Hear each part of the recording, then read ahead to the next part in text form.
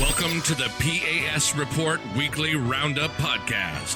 The P.A.S. Report provides an honest analysis on the critical issues that matter to you without the biased media filters. Here's your host, Professor Nicholas Giordano. What's up, everyone? Welcome to the P.A.S. Report Podcast. This is your host, Nick Giordano. I got a very important episode lined up for you. Before I get to it, make sure you follow and subscribe to the podcast so you never miss an episode.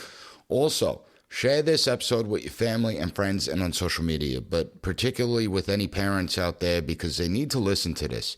We have a crisis going on in this country, and it seems too many people don't realize the situation that we're in. And it's not just us, it's the entire Western world, in my opinion, but more so with us because we are the superpower of the world. For so long, we've had it pretty good, right? We really can't complain.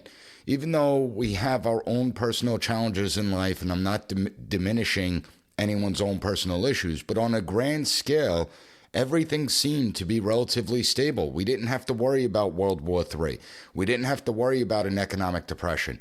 We didn't have to worry about societal collapse. And as long as we could put food on the table, as long as we could raise our families, we were content. See, in America, we're not long-term strategic thinkers. We live in the here and now, and instead, we've been programmed to solely focus on that here and now, rather than look 10, 15, 20 years down the road. And then you have the distractions. We get distracted by the day-to-day happenings of our lives. We're busy people. We're distracted by the constant information that's being beamed out to us on a 24/7 basis. We're distracted trying to take care of our families. We're distracted with all the gadgets and gizmos. We're distracted by the BS political issues that when you really look at them, when you really try and understand them, you understand that these issues shouldn't even be debated because they aren't real political issues. Today, we do have to think about these things, but understand that while these things are real concern, right? We're concerned about a potential World War III. We're concerned about economic depression. And it's all thanks to the Biden administration. There is something far more dangerous out there, and it's a trend that will destroy us. When I talk about World War III or an economic depression, those are things that may or may not happen. However, there is one certainty despite whether these calamities happen or not. If you wanted to figure out a way on how to destroy a nation, you would do exactly what has been done over the last 30 years. Some will argue that it's been going on longer than 30 years. But the one way to ensure the destruction of a nation is to poison the minds of the people. To destroy a nation, you would have an education system that didn't really educate the people. You would drop the standards. You would diminish values of hard work, merit, personal responsibility. You would sow the seeds of bitterness and hatred, poisoning the minds of the people to despise their own nation and view the people within that nation with disdain. And then as these people grow up, they become the teachers, they become the policymakers, they become the healthcare leaders, they become the industry business leaders. They take over the reins of government. They run the same government for the country that they despise. This is the real threat, and this is the exact situation we find ourselves in today, but no one's paying attention. It's the steady and slow decline that's increasing and will continue to increase over the next several years if we don't turn it around. And it starts with the public education system. Now, many Republicans and conservatives will argue that that's the reason that we need to get rid of the public school system, that the public school system is so corrupt, it should be abolished. They argue that people should send their kids to private schools or homeschool. And the reason they justify it is that they don't want their children to be corrupted. And I understand it. They say that we need school choice. However, that logic is flawed, and this is coming from someone who is a supporter of school choice. We have to recognize that while these alternatives may work for some, the truth is that the overwhelming majority of students will still rely on and will continue to go through the public education system. That is why we cannot afford to abandon it. And I'm going to explain this in further detail when we get back from this quick break. So everyone, hang tight. We'll be right back. Welcome back, everyone. So I want you to take a second, and I want you to think about why our public education system was created. Just take a second and think about it. Now, many of you are probably thinking to yourself, well, duh, it was created to educate our children. And sure, that seems like the obvious answer, but was it really created for that purpose? Is it really as simple as that? And what does educating our children actually mean? What does it mean? When you begin to study these questions, you realize that maybe it's not all about reading, writing, and mathematics. While those may be essential components of the education system and early education curriculums, they weren't the only areas that would be focused on. They weren't even the central focus. Values. Values is so important. Values such as honesty, integrity, compassion, virtue, and civic responsibility. Those are so important in a society, and they were also incorporated into education curriculums, early education curriculums. It was actually central. It was the core of education curriculums. The point was to develop young Americans into well-rounded individuals who would then go on to positively contribute to society. That ultimately strengthens our country, and it allows us to advance as a country. You know, schools play an important role in character development, and that character development guides students in their personal, professional, and civic lives. Now, not only are we graduating students that haven't really learned anything, it's interesting because they have more information at their fingertips than any previous generation before them, but they don't know a lot. And it's not disparaging them. It's that they haven't really, truly learned. I'm not just talking about what's in the books in the schools, even though they're not learning that as well, and I'm going to get into that in a second. But I'm talking about developing good, strong moral character. I'm talking about developing common sense, understanding how the real world works, figuring out how to solve problems, building some resiliency and grit. Those sorts of things I'm talking about. But if we're going to look at the academics, we look at the problems plaguing our public school system, it's all self-inflicted. That's the amazing part. And to highlight this, first we have to look at the abysmal proficiency levels of our institutions. I've spoken about this on previous episodes, but it's worth restating because it illustrates just how dire the situation is. We issue the nation's report card, and it's called the National Assessment of Educational Progress that will run this. And when we look at the results, we should be disgusted. We should be angry. How many of you are aware that only 12% of public school students demonstrate competency and solid academic performance in American history? Only 20% in civics, 21% in math, 20% in science, and 30% in reading. Proficiency levels are at historic lows. Just 37% of graduating seniors are ready for college-level work. 37%, that's it. 54% of high school graduates who go on to college are going to have to take at least one remedial class for material that they should have already learned. 2/3 of students can't read at grade level. In fact, the problem is so bad that many 12th grade textbooks are written at an 8th or 9th grade reading level. Now, education is the pathway to social mobility. It's the pathway to an improved quality of life. However, when American students lack proficiency and can't demonstrate basic competency in the subject material, that's a problem. And it's even worse now than it's ever been because we live in an increasingly interconnected world. And you see countries with strong educational systems, well, they have the competitive advantage. We're losing the advantage we once had. Our continued underperformance in education, it's going to erode our ability to compete globally in the fields, the important fields like technology, innovation, and research. And without a well-educated populace, how can we address the complex challenges that we face? How are we going to be able to innovate? But I think the worst aspect, when you look at these proficiency numbers and you really break it down, what's even worse is that it perpetuates a cycle of underachievement across generations. This is to the detriment of our society as a whole. Think about it. Students are cycled through the system. They're not really learning. They go on to the colleges, get cycled through there, and then they become the future teachers educating students on information that they themselves haven't learned or grasped.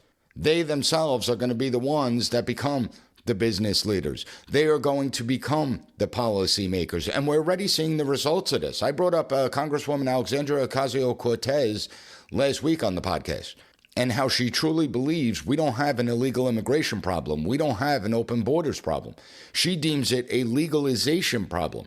And if we simply legalized everyone coming in, well, then illegal immigration and open borders wouldn't be an issue. That's the way she thinks. She's the product of a failed education system. And some are going to push back. They're going to say that this is the exact reason we need to abolish the public education system. But not only is that not realistic, it also fails to recognize that while private schools are performing better when it comes to student proficiency, it's not like they're doing that much better. They're not doing amazing. So when it comes to a subject like math, Private schools outperform public schools more than double. Sounds great, right? However, just 48% of private school students are proficient in math. That means 52% are not meeting competency. I don't know about you, but I find that just as unacceptable. When the majority of students are not proficient, when they're not meeting competency levels, that to me is unacceptable. And proficiency levels are simply one aspect of the problem we face. Another aspect is the widespread anti-Americanism and indoctrination that is also taking place. See, these students, they don't grasp the subject material.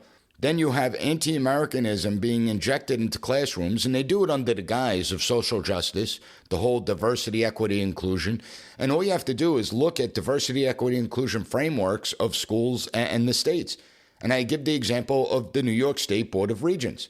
The New York State Board of Regents Diversity, Equity, Inclusion Framework states how curriculum should be built on the idea that systemic racism impacts all aspects of our lives, from education to healthcare to housing to law enforcement to government and policy. They are indoctrinated to view everything through the prism of race. And you're either an oppressor or oppressed. You are a victimizer or the victim. And this feeds that victimhood culture that we're witnessing.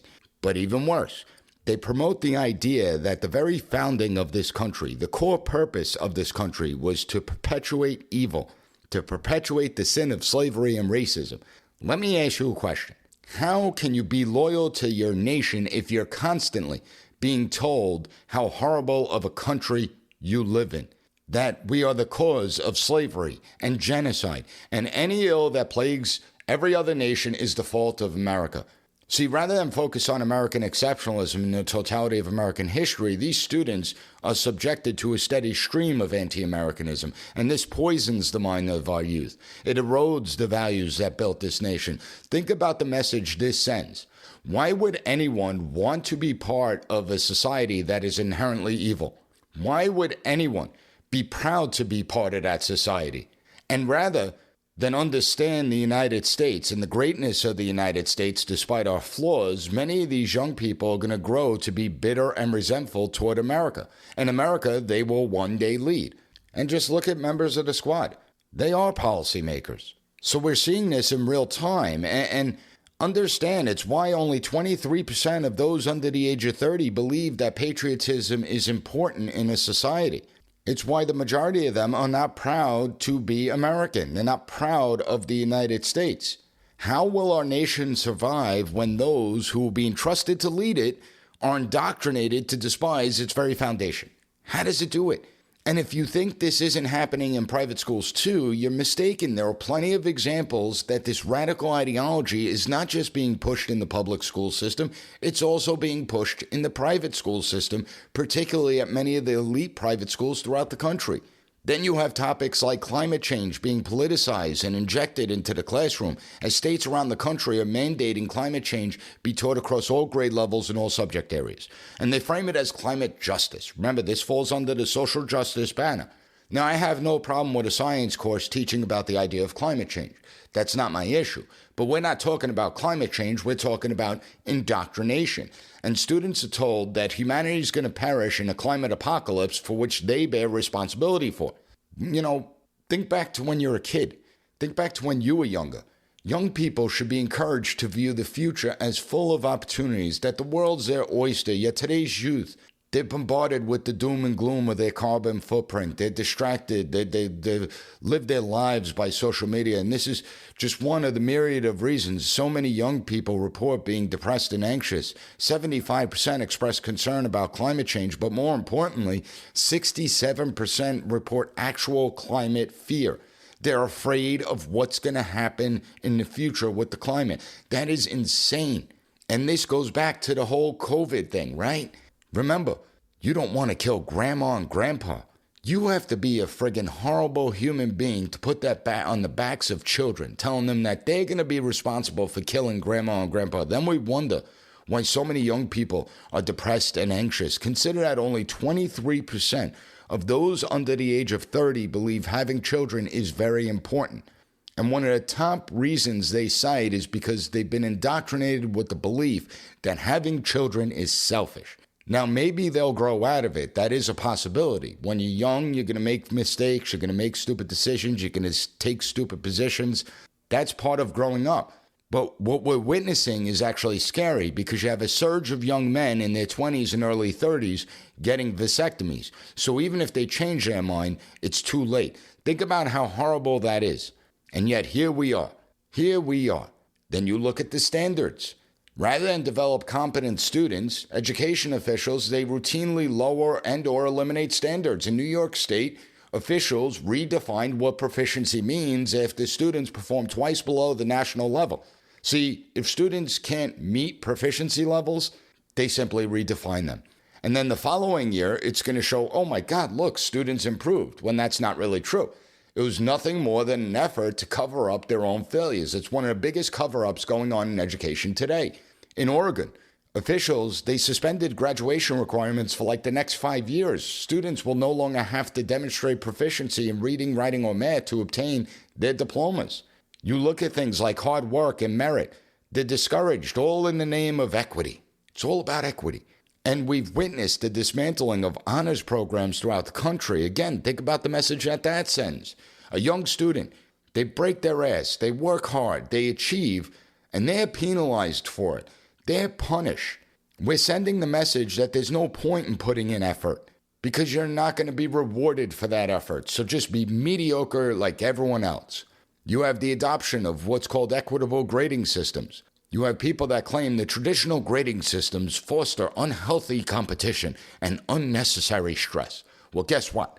Life is stressful, and students need to learn how to manage stress. They need to learn how to live with stress.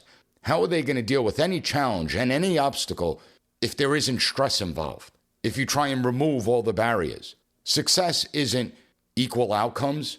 Success isn't failing and just giving you a passing grade to make you feel good about yourself. Success is failure. You fail, and then you're determined not to fail again. You overcome that failure. You work really hard to overcome that failure. That's success. But no, we want to get rid of that because it's not nice and it makes them uncomfortable. I'm telling you, these equitable grading systems are toxic. They're toxic. They've resulted in grade inflation. So even though students are getting high grades, well, that's not the real grades they would normally get. It's contributed to an increased sense of entitlement, which was already bad. But more importantly, it's created harmful habits that we're now seeing permeate throughout the workplace. And for those who don't know, what's an equitable grading system? We don't know what that is. We were never told what that is. Well, what an equitable grading system does, it tries to prioritize equal outcomes over individual effort. Students can turn in work late. They're not really penalized. If they don't take a test, they're still going to get some credit. They don't have to do their homework. If homework's even given, homework is usually discouraged. Concepts like punctuality, attendance, deadlines, all concepts that are crucial in the workplace in the real world, they're no longer encouraged in school because teachers have to take into consideration individual circumstances and backgrounds. Now, here's a secret that I'll let you in on. Teachers already did this. Okay, if I have a student come to me and they're having some issues or problems and they talk to me about it, we'll figure it out. I don't need some stupid equity grading system involved. But the reality is that they're not doing it out of the goodness of their hearts. They're doing it, again, because of the idea of inherent and systemic racism. To them, punctuality, attendance, and deadlines, they're all part of white constructs. Like, so success is part of a white social construct? I mean, these are all important concepts. However, when these concepts aren't enforced in the school, they're going to lead to bad habits and unrealistic expectations when these students hit the real world. And the students are in for a rude awakening in the real world because these things matter. And that's why we're seeing recent graduates struggle to meet these basic expectations of the workplace. You have an entitled population that believes they deserve opportunities regardless of their contributions or capabilities. And when they get into the real world, they struggle. They struggle in entry-level jobs because they're not being coddled. In a recent survey, 63% of small business owners said that recent college graduates have unrealistic expectations. 62% said graduates have a difficult time adjusting to the hours of work required for the job. 50% stated that they have the wrong expectations about the difficulty of the work to be performed. In another survey, 93% of Gen Zers admit that they have ditched out on job interviews. They didn't show up. 87% missed their first day of work. Like, that was something that would get you a beating from your parents if you did that like 30, 40 years ago. 74% of managers and business leaders reported that they find Gen Z more difficult to work with than any other generation. And you have Akpan Ukemi, head of human resources at SGK Global Shipping Services, who stated, quote, "They think they're better than you, they think they're smarter than you, they think they're more capable than you, and they will tell you right to your face," end quote. There's nothing worse than someone that has no real-world experience, no experience on the job, coming in and dictating to people that have been there for 20, 30, 40 years on how to do the job. Nothing worse than that. But they're not learning social skills. So if we keep producing students like this, our collapse is inevitable. And I want to talk more on that when we get back from this quick break. So everyone, hang tight. We'll be right back. Welcome back, everyone. So I think I harped on the problems enough. I think you get the picture. But the reason that you need to care about this, whether you have children in school, in public school, whether you have children in private school, whether you're homeschooling your children, whether you're an older person and you don't have any young children going to school, it doesn't matter. You may have grandchildren. Whether you're just a person without any children, period, you need this country to survive.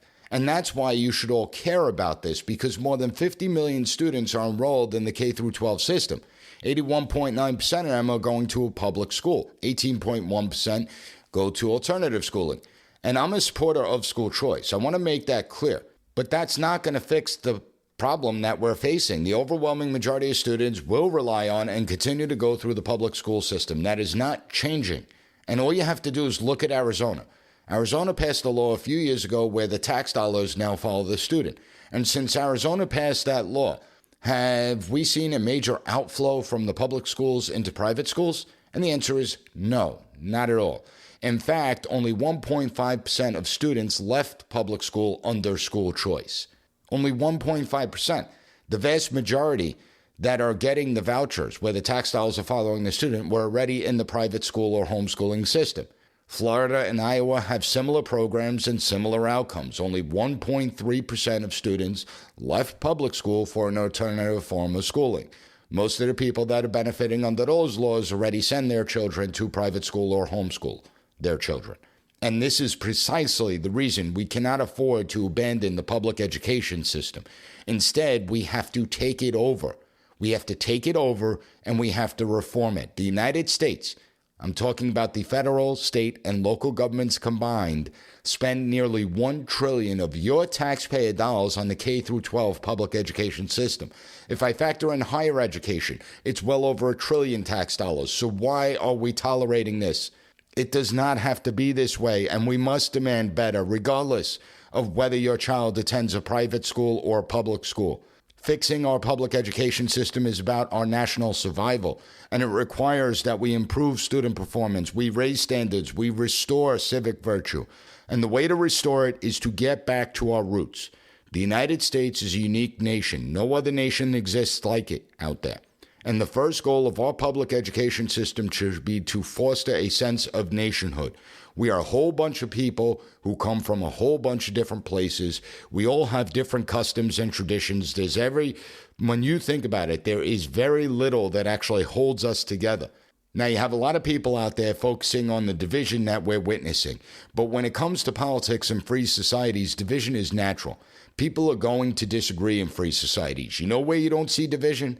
You don't see division in places like North Korea, Communist China, or any other society where freedom doesn't exist, where people can't exercise their God-given liberties. So the whole division thing is actually overblown. The truth is that it's not the division that's the problem. The problem is that we've forgotten what unifies us. Now, our education system used to play an integral role in creating a sense of nationhood and helping us to understand our national identity. That's what unified us. But we don't know what our national identity is anymore. You have a corrupt education system that is unable to educate its own people and foster a sense of nationhood. And this will only lead to the continued degradation of American citizenry. How can we expect? We see that our public officials, our public servants, are going above and beyond for people that illegally came to this country. And they're telling you to shut up and eat cake, that you just have to deal with it. And if you question it, that you're a racist, you're a bigot, you're xenophobic, you're ethnocentric. How can we expect our public servants to respect us when we don't even respect ourselves enough to learn our own history? And George Washington warned that this idea of nationhood is essential for our survival. Students need to be educated on their role within the system. So nationhood is the first goal, and then educating students on their role in the system is the second goal. What are their responsibilities? Through a strong civic education, we get good citizenry. You get the greater sense than self. It's instilled within the student body, and civics helps us to understand that while we have obligations to our family and faith, we also have obligations to our community and our country. When you look at it right now, we've abandoned faith. We've abandoned our families. We've abandoned our communities, and we're abandoning our country. And when I say obligations, I want to make sure that everyone understands I do not mean through compulsory socialist doctrine.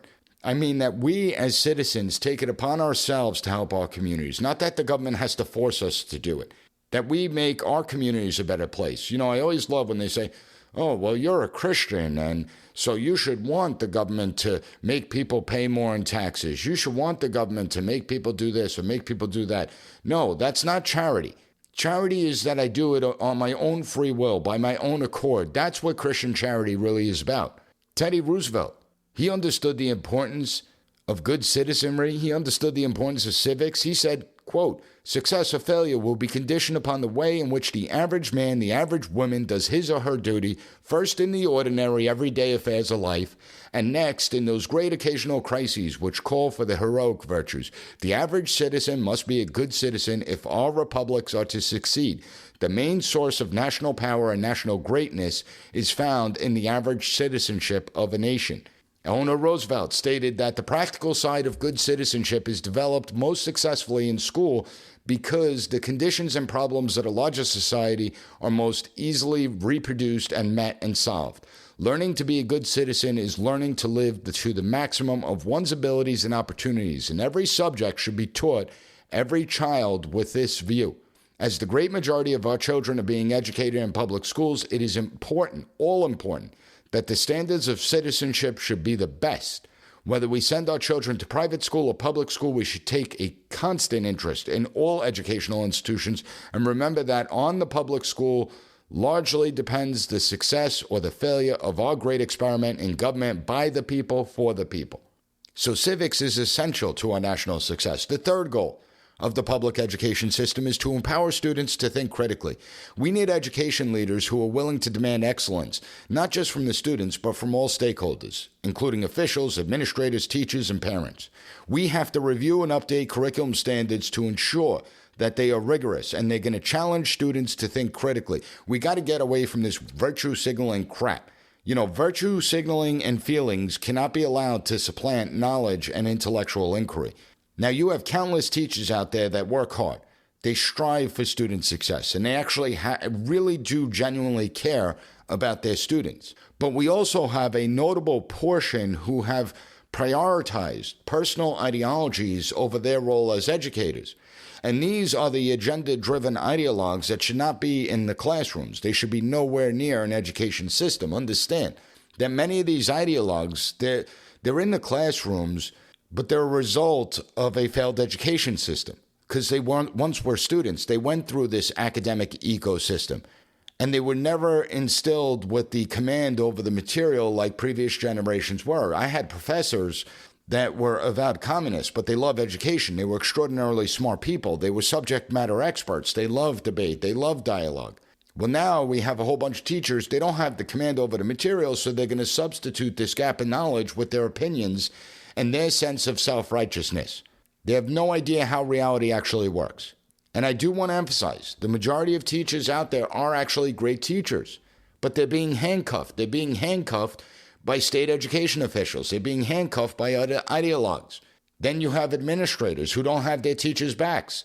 There are reasons teachers are demoralized when a little punk, 8, 9, 10, 11, 12, 13, 14, 15 years old, whatever, when a little punk can curse out, hit, or disrespect a teacher without consequence, not only are you setting that kid up for failure in life, but the teacher's going to start growing detached. Rules and standards matter. Whether they're academic rules and standards, whether they're behavioral rules and standards, they matter and they should be strictly enforced. And any administrator who's not willing to stand up for their teachers, they should leave the profession as well. We need a total toxic cleansing within the education field. Parents, you parents out there, you play a role as well. You can no longer afford to sit on the sidelines. You can't afford to take the hands-off approach that we've been doing for the last 30 years. And being busy is not an excuse. We're all busy, but this is our kids we're talking about. Prioritizing activities over academics, trying to be a kid's friend, getting your kids everything under the sun. They're all part of the reason that we're in this mess. Parents, you have to learn how to say no. You have to learn how to prioritize things. You have to limit their screen time, and I know how difficult that could be. But you have to limit their screen time and engage in activities that are going to stimulate your children's minds, that are going to stimulate them to think critically. You know, despite what the likes of people like Randy Weingarten believe, parents play a vital role in our children's education, a vital role. And officials need to work with parents. That's the only way students are going to get caught up and begin to excel, rather than hinder their involvement. We need to create opportunities for parents to actually participate in the decision-making process when it comes to the schools and education. And parents should be viewed as allies, not adversaries. And it shouldn't all be on the parents' backs. We also got to demand from students too, right? They're a big part of the problem. Something's happening with the younger generation. They don't have the inquisitiveness of previous generations. They don't care to know more. I'll just Google it. I won't retain it at all. I'll just Google it, get a quick answer. They don't read. That's a big part of the problem. Just 26% over those under the age of 18 read every day, and the average length of time spent reading is just 15 minutes. Compare that to the hours on end spent mindlessly looking at a screen, swiping and tapping, swiping and tapping, swiping and tapping, like friggin' zombies, bots. No, we need to focus on the idea of personal responsibility, because personal responsibility is essential to intellectual development. It's essential for character development, and it's essential to success. Education is not just a means to impart knowledge. We're not doing that well, but it's not just about knowledge. It's also about values. Values such as honesty and integrity. Values like compassion, virtue, civic responsibility. Those are the things that need to be prioritized. And schools play an important role in developing the character of the student body. Now, if we fail to act, the cultural rot and incompetence, it's going to continue unabated. It will lead to our societal collapse, I could assure you of that. And in the end, it won't matter. The consequences will indiscriminately impact us all, irrespective of where your children go to school or their educational achievements. It's not going to matter if they went to a private school or a public school. If we don't fix the public school system, the consequences of its failure will directly impact us all, and it's not going to be pleasant. Does anyone really believe that what comes after this system is going to be better? Do you really believe that? Because I could assure you it won't. So it's time to prioritize the revitalization of the public education system for the sake of our future, and we need to acknowledge the failures that I mentioned in this episode and make the changes that are going to lead to significant improvements in the quality of education and the quality of students we're churning out. Now, if you found the content of this episode informative, please share it with your family and friends and on social media. Take 30 seconds to write a review on Apple Podcasts, Spotify, or whatever podcast platform it allows it, and leave a 5-star rating. I want to thank you for joining me, and I'll be back on Monday with another great episode of the P.A.S. Report podcast. Thank you for listening to the P.A.S. Report Weekly Roundup Podcast. Have a good one. Bye. Be sure to rate, share, and subscribe to the podcast so you'll never miss an episode. Also, visit PASreport.com and follow us on Twitter at PAS Report.